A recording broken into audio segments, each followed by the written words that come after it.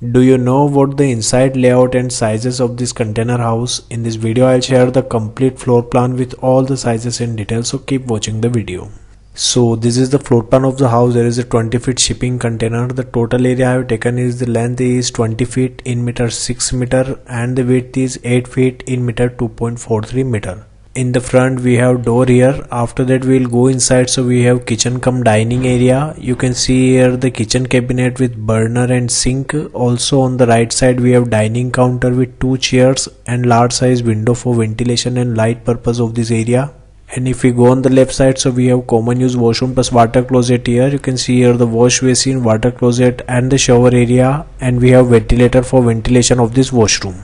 And after that we will go on the right side. So we have bedroom here. You can see here the bed arrangement and study table with chair. Also we have a large size window for ventilation and light purpose of this room.